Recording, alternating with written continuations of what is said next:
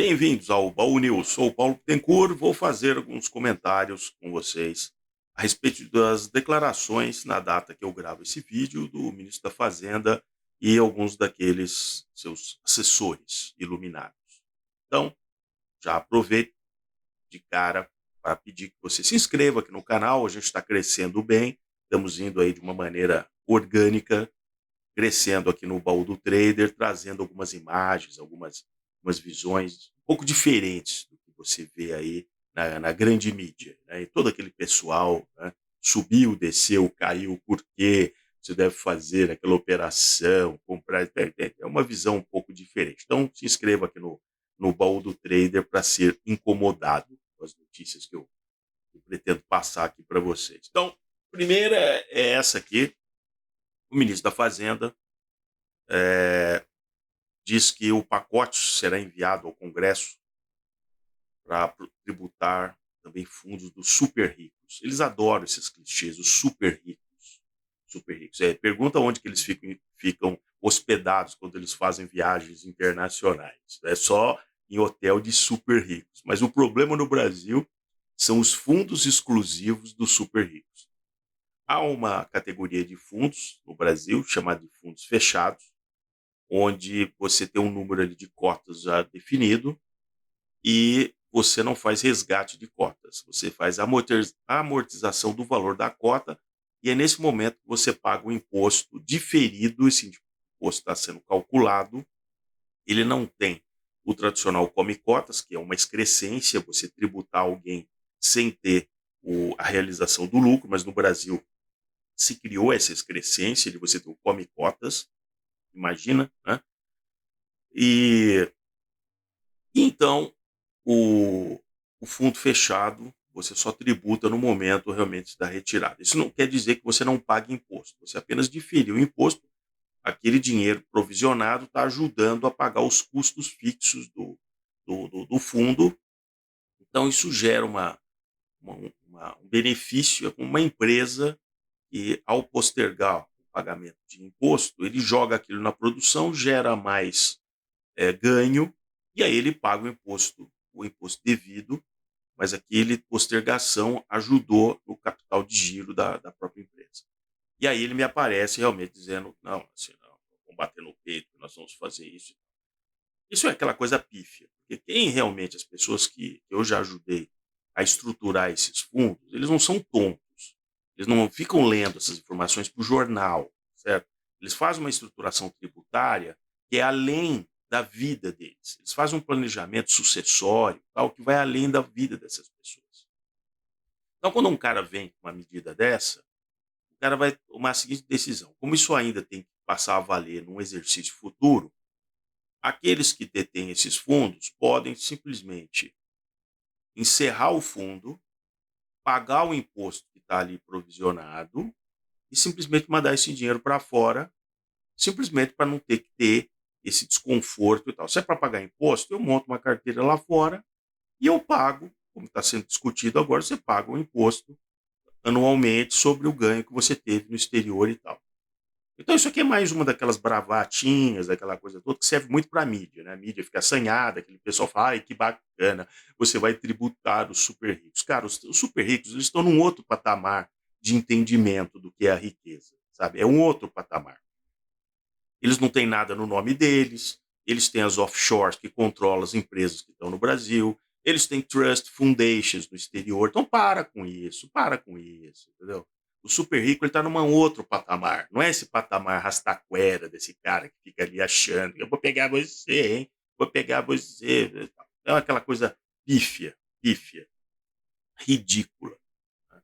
Aí vemos aqui um secretário. Aí, inclusive, o ministro da Fazenda almoçou com o novo diretor de política monetária do Banco Central. Interessante que você não ouve falar aonde ele almoça diariamente, mas, em especial, hoje você fica sabendo que ele almoçou com o novo diretor de política monetária do Banco Central. Vocês entendem? Se vocês olharem em vários portais, a notícia é a mesma. Ministro papapá almoça com não sei o que e tal, e diz que é muito bom, porque agora esse ministro ele vai estar lá para discutir, para a gente ter mais conversa. Então não tem que ter conversa nada. O ministro de política monetária, o secretário de política monetária do, diretor de política monetária do Banco Central, ele tem um papel específico ali na instituição, que é conduzir a estabilidade da moeda dentro do que o Conselho Monetário Nacional estabelece como meta de inflação. Não é papinho, esse pessoal progressista é muito papinho, sabe? Tocar violão, fazer. Não, não é, é menos papinho, sabe? Menos papinho e mais ação. Então não vem com essa de fazer almoço, com o cara que a gente vai ter. Agora ele vai estar lá para discutir ideias. Então não tem que discutir ideia nenhuma, cara. Não tem que discutir ideia nenhuma. Quando alguém, por exemplo, na engenharia, né, na área financeira, o cara vê, não, a gente queria discutir uma ideia. Eu falei, cara, você não está entendendo. Não estamos aqui para. Isso aqui não é um curso de filosofia. Nós temos que implantar o negócio. A gente tem um recurso, a gente está administrando tal coisa, a gente tem que tomar uma decisão. Isso aqui, tá. Não estamos aqui para discutir. Ah, não, porque como seria o mundo se tivéssemos? Não, não, não, não. Temos que executar. Esse pessoal é péssimo na execução. Eles são ótimos para ficar nesse papinho de bar. Sabe aquele papinho de bar? Que você pensa tudo, como seria o mundo, como seria o seu bairro, a sua cidade, mas na hora de executar, fala assim, tá bom, você tem isso de dinheiro, você tem isso de recursos, vamos executar. É difícil, hein? Aí é difícil, é difícil, é difícil. Então, vejam aqui, ó. Coloquei aqui para vocês que fantástico, né? Há condições para processo de redução sustentável da taxa de juros, diz Melo na Fazenda. O secretário afirmou que a manutenção dos juros em patamar contracionista mantém o mercado de crédito em condições adversas. É uma platitude, né? É uma platitude. Evidentemente que com maior taxa de juros há uma redução na oferta de crédito, né? Porque o custo do dinheiro fica caro.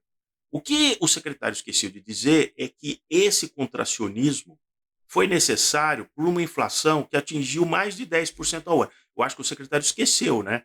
Esqueceu que a gente teve uma inflação que chegou ali a 10,5%. Aí a imprensa ficava batendo, a inflação, o pobre que está pagando isso. Então, foi necessário isso para você reduzir a inflação, que é a teoria econômica clássica. Então, teve que haver essa expansão. Se você simplesmente liberasse o crédito, como na época da presidenta, vocês viram o que aconteceu. Explodiu, porque o cara vai lá e se endivida, enfia o pé na bota, né? E sai gastando, e aí aquilo vai, o mercado vai percebendo que tem mais dinheiro circulando, as pessoas querendo gastar, e o preço vai subindo, né? Uma inflação de demanda, né? Mas vejam outras coisas interessantes. Há condições para um processo de redução sustentável da taxa de juros. Ele está pensando que é ESG, um processo sustentável. Só falta ele dizer que é um processo verde, né? Dentro da economia contra o aquecimento global e tal. Isso aqui é papinho, é papinho. O que quer dizer redução sustentável da taxa de juros? Existe um dado que é taxa de juros de equilíbrio. É a taxa neutra que não vai interferir no mercado, fazendo uma coisa mais reducionista, não vai incentivar além do que a economia pode produzir, gerando inflação. Essa taxa neutra. O cara não fala sobre isso. Não fala sobre isso, porque essa geração progressista de economistas só vive no papinho, só no papo. No papo a gente convence as pessoas que realmente as coisas vão acontecer e tal, né? E não na ação.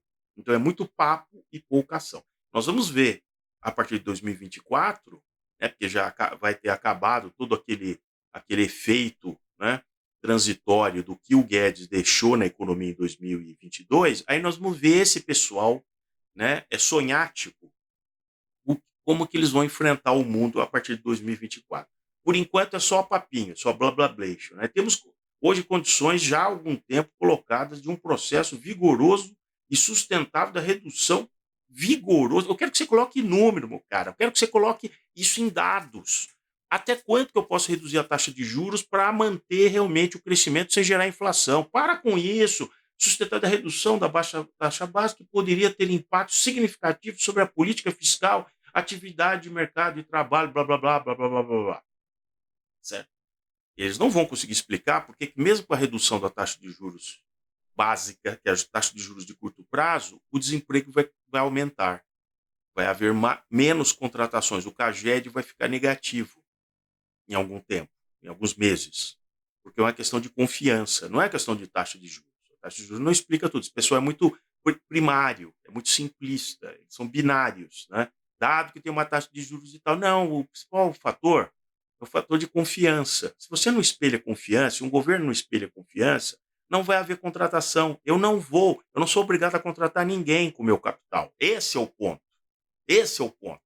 E a taxa de juros não vai cair Vai cair o quê? Até o final do ano para 10, para 9, para 8? Claro que não, né.